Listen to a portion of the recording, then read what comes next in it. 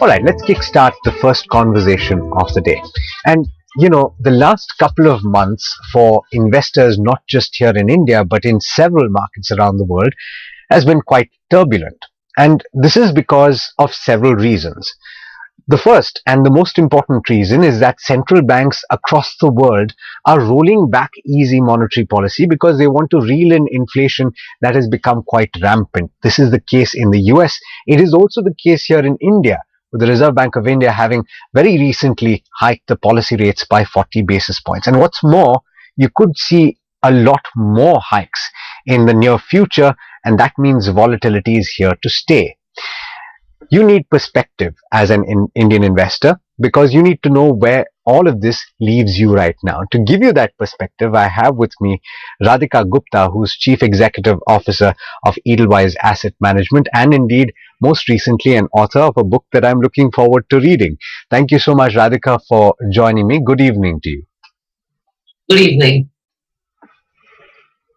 Okay, I want to start with the perspective for the Indian investors, and most Indian investors have a focus on the Indian equity market. We're at a juncture where people are unable to understand where this market is heading because we're so influenced by everything that is happening around the world. I guess I'll go back to the question that I started with, which is we need perspective. Could you give us that perspective? Where do you see things right now? Okay, so I'll give you 2 points of perspective. One is a more macro perspective, and I think second is the more important perspective around investors and sort of what they're feeling right now. I think from a macro and headline point of view, we had said at the end of last year that this year will be a volatile one, perhaps a tale of two halves. Where the first half will be exceptionally volatile. Now, perhaps we had not bargained for this kind of volatility. And there are a couple of reasons for that volatility. The primary one, as you correctly said, is that the easy money that has fueled the rally over the last 2 years, because of rates being zero or sub-zero in a lot of the world, is gradually going to be taken away. And I think that is exactly what is happening. One of the causes of uncertainty is not just the fact that there is a rate hike, but that rate hike is globally accelerated, and you don't know exactly what the quantum of the hike or the pace of the hike is. I think as that starts, because markets work on expectations, as you get more clarity on the hike, and that in turn should lead to some clarity on where India and RBI stands in terms of its hike, because the last hike in India was also a bit of a surprise. Things will get smoother. Our hope is, Alex, and the long-term investors should remember that stock prices move in line with corporate earnings. And corporate earnings for the whole have not been bad. You do see some impact of rising inflation, which we are all feeling in corporate earnings. Good companies are able to pass some of that on to their consumers, others or not. But we're hoping that once you get some clarity on the direction of rates and the speed of the hikes, we'll revert back to looking at earnings and markets will revert back to that. So perhaps you'll have a better second half of the year. My second point, and it's a quick point here, is that for investors who've come in over the last 2 years, I just want to reiterate, you have to remember, volatility is a feature of equity investing in equity markets. It's not a bug in equity markets. It is something that is normal. And coming on the back of 2 years that we saw, it is absolutely normal. So, my advice to especially new investors, and, capital markets have seen a surge of demat accounts, new SIP investors, is also, to hold their horses and maintain a lot of patience and calm. And we can talk about sort of more specific advice, but I just want to reiterate for that audience, volatility is a part of equity investing. Absolutely. I'm glad you said that. But would you say, to your earlier point, the first point that you're making, would you say that at this juncture, it's safe to say that there is a dislocation between the fundamentals and reality in a sense because of the kind of influence of extraneous factors right now? No, I wouldn't say that. And I would always, last year the same question was being asked. That is there a dislocation? Because We saw markets running up from almost March 2020, and there was a question of, is there a dislocation? We are seeing all this COVID noise in India. So markets are not perfectly priced to on ground reality. They never are. Actually, markets are never around the average. Markets work on expectations of future earnings. And I think what is upsetting, agitating, or creating the volatility is the uncertainty, as I said, around interest rates and inflation. Once these factors become under control and market participants are able to get a better grapple with them better, I think you'll see some of that volatility subside. So no, I don't think markets are out of sync. Markets are rarely priced to what you see as ground reality. Absolutely. Okay. Um, Getting a little deeper into the strategy that investors can employ right now. And of course, I'm drawing broad brushes here, and we can't get into the nitty gritties of every individual investor. But I think, Radhika, it would be safe to say that over the last couple of years, there are some investors that have taken bolder bets than they would have in another scenario, right? Where the markets, like a rising tide, have picked everything up. And so, therefore, bets that they have made have paid off. Do you think that that approach should change, that you should move back to a more cautious approach? You should have a more asset allocation kind of approach? How should one approach this right now? And look, I come from a perhaps more conservative school of thought, having seen quite a few cycles. I've always believed you should have an asset allocation school of approach, precisely for the reason that you mentioned, because, for every 2021, you have a 2022. The challenge is in bull markets, you start off with an asset allocation, Alex. And because of the MTM on equity, your equity portfolios are doing well. So suddenly from 60% equity, you go to 80% equity, and you stretch the boundaries of risk. I think this is a time for investors to remember asset allocation. I also think, again, for newer investors, this is a time, to relook at risk appetite. I truly believe that risk appetite is not something we understand in a bull market, because everybody's risk appetite is 100 on a scale of 100. If your portfolio and the kind of volatility that is happening today is causing you a lot of anxiety on a day-to-day basis, I think you've missed your asset allocation goals. I don't think you've done. I think asset allocation is becoming a problem for you. So it's a time to revisit. It's also not a time, however, it's a time to do thinking, but not necessarily execution, because I also do believe that in the middle of a storm, you don't take extremely drastic decisions. That's not, a very, very good idea. But it's an important time to just rethink about whether you thought about risk appetite the right way. Okay. Moving to international equities, and this is something of a story over the last couple of years in particular, Radhika. The industry has come out with so many products, or had come out with so many products that made these avenues available to Indian investors. Of course, there are now restrictions that have been placed on the industry as a whole. But help us understand that thesis, the thesis that investing in assets abroad, in equity abroad, particularly in the US markets, for example, is a great idea from a diversification standpoint. Does that thesis still hold true? Look, Alex, I have personally been investing in international equities sitting in India since 2013. And I think the diversification thesis is timeless. The fact that you have to be invested in multiple assets in India and multiple equity classes abroad still holds true, simply because India is not the only country that performs. You have emerging markets like China that have great runs, and then you have, markets like the US. Also, a lot of sectoral stories are not well represented in the Indian market, particularly themes around tech, to some extent healthcare. So I think diversification is important. Now, again, what is causing, and we run one of the largest international investing books, both in our US and China fund. What's causing investors anxiety? I think is the extreme volatility. Unfortunately, as happens, a lot of investors have come into this asset class in 2020, seeing, or 2021 actually, more specifically, seeing exceptional past returns. And one of the things that we have been saying for the last 3-4 years of selling international funds is, you actually should not be unhappy that China underperformed India one year, because there's also a year when it drastically outperforms India. That is diversification at play. So again, asset allocation is important. And having moderate expectations from international equities. Just because the Nasdaq, and I know that's been one in the news, has had a decade of no negative years, does not mean it will going forward. So balanced allocation, constant allocation, not timing it. And I would also make one more point.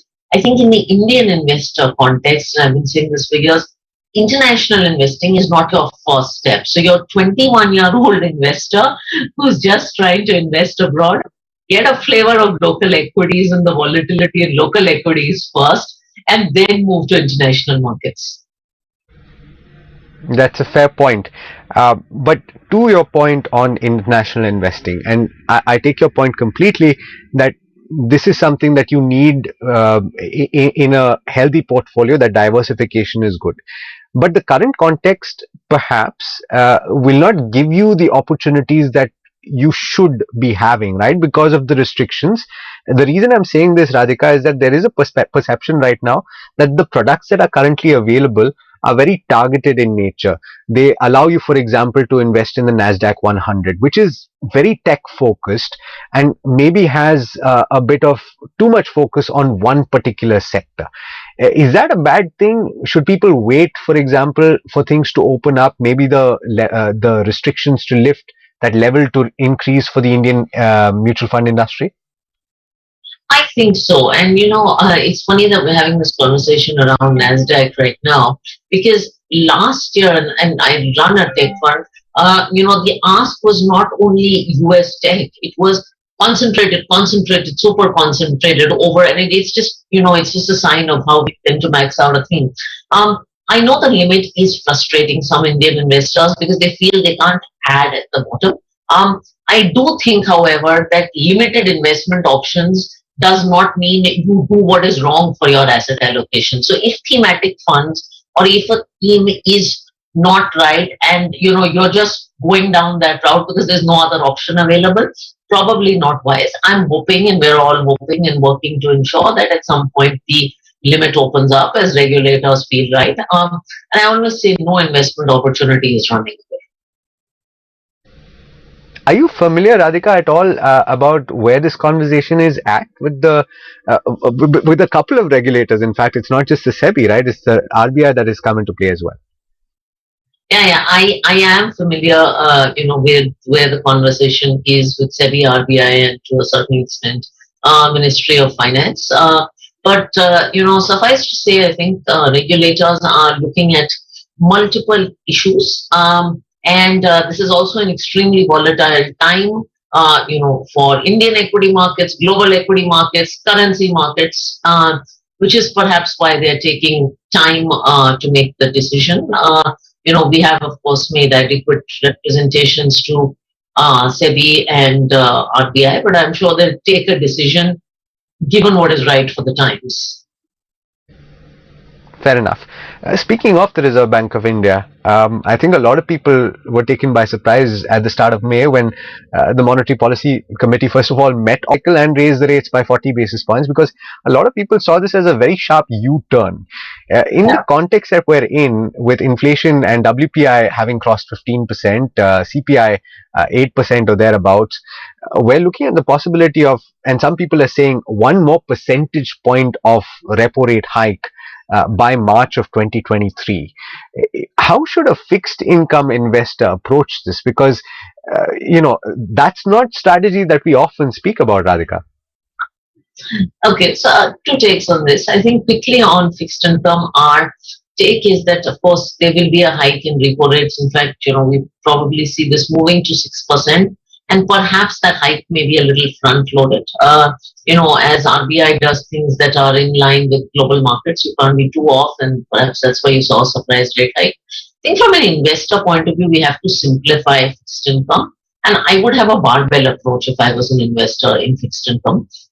One is my contingency money, or money I need in the short term, parked in very, very low duration instruments, liquid funds, arbitrage funds. funds that don't take a large amount duration because you don't want the mark to market hit. So as I said, liquid arbitrage is perhaps where I would be.